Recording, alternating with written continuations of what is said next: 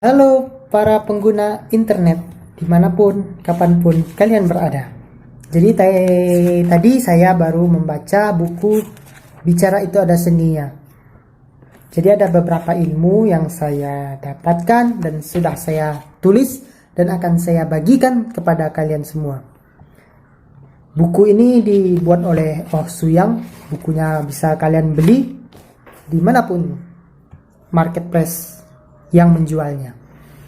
Jadi ada beberapa poin penting yang saya catat dari situ. Yaitu pertama bahwa komunikasi yang baik itu adalah komunikasi yang minimal 1 kali sehari dengan orang terdekat. Contoh pada orang tua, saudara. Kalau seandainya tinggal serumah, sering berjumpa, tetapi dalam 1 hari tidak ada berkomunikasi, bisa dikatakan bahwa mereka memiliki komunikasi yang tidak sehat. Jadi luangkanlah waktu walaupun hanya beberapa menit untuk berkomunikasi dengan orang terdekat, dengan teman, dengan ya minimal berkomunikasi lah. Nah, yang kedua yang saya pelajarin adalah dengarlah dan tunggulah waktu yang tepat untuk bereaksi atau memuji. Contoh ketika kita berbicara kepada adik tentang apa yang dia lakukan pada hari ini. Nah, tunggulah timing yang tepat untuk memuji gitu. Jadi komunikasi yang efektif itu adalah komunikasi yang dimana di dalamnya itu terdapat pujian. Karena kalau kita dipuji, pastinya senang kan? Nah, begitulah komunikasi yang efektif. Tetapi memuji di sini harus dengan waktu timing yang tepat. Selanjutnya yaitu jika sedang berkumpul, jangan pernah fokus kepada HP, tetapi fokuslah pada topik obrolan yang sedang dilakukan. Lalu ada 2 hal. Yang pertama, faktor bicara yang positif dan faktor bicara yang negatif.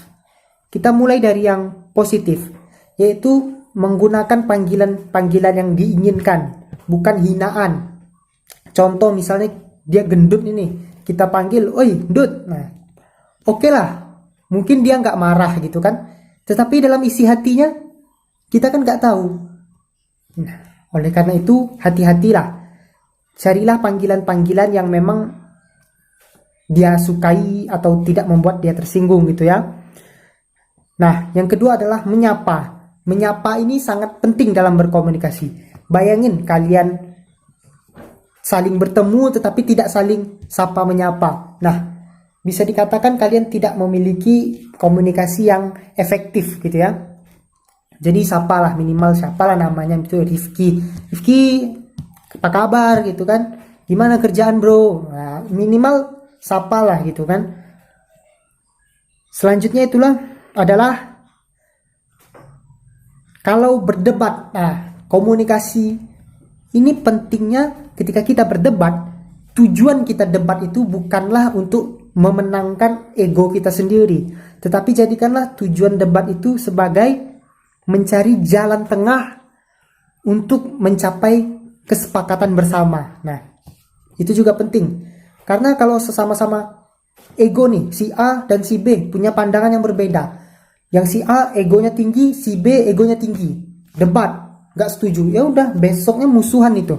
Maka boleh dikatakan debat yang efektif adalah ketika debat A dan B sama-sama mencari pembenaran.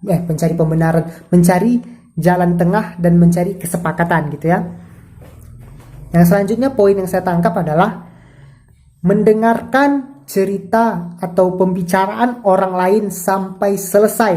Nah, orang kan biasanya itu kan kalau kita lagi ngomong tuh, lagi cerita asik, tiba-tiba dipotong. Nah, gimana rasanya tuh? Begitu pula dengan orang lain. Dengarkanlah pembicaraannya sampai selesai. Kalaupun ada dia bercerita ini, ada pertanyaan kita nih tentang cerita dia, jangan langsung lontarkan pertanyaannya. Tunggu dia selesai dulu. Kalau dia sudah selesai, barulah kita lontarkan pertanyaan tadi, sehingga percakapannya itu efektif gitu.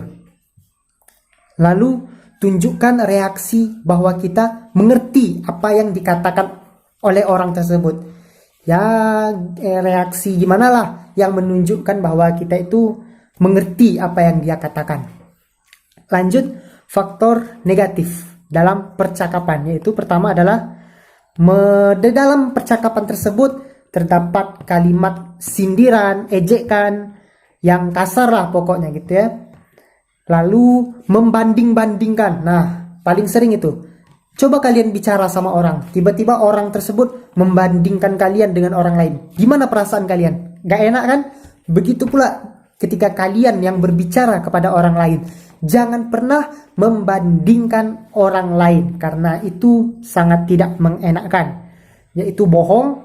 Saya rasa bohong tidak perlu dijelaskan lagi. Tidak menatap lawan bicara. Jadi bayangin, kalian lagi ngomong nih sama aku nih, lagi ngomong. Tapi aku kayak gini.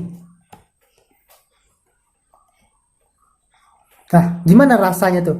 Kan ada rasa kayak tidak dihargai gitu. Begitu pula ketika kalian berkomunikasi kepada orang lain. Berusahalah menatap orang tersebut. Lalu selanjutnya adalah mengungkit-ungkit kehebatan diri sendiri gitu. Dia bicara, ya saya rasa mudah lah ya memahaminya, yaitu membangga-banggakan diri sendiri ya. Itu juga kesalahan dalam komunikasi yang sering dilakukan. Lalu yang terakhir yang paling penting adalah faktor negatifnya, mengakhiri obrolan dengan pertengkaran. Nah, paling fatal itu ya, ketika kita mengakhiri obrolan itu dengan pertengkaran, dengan marah gitu.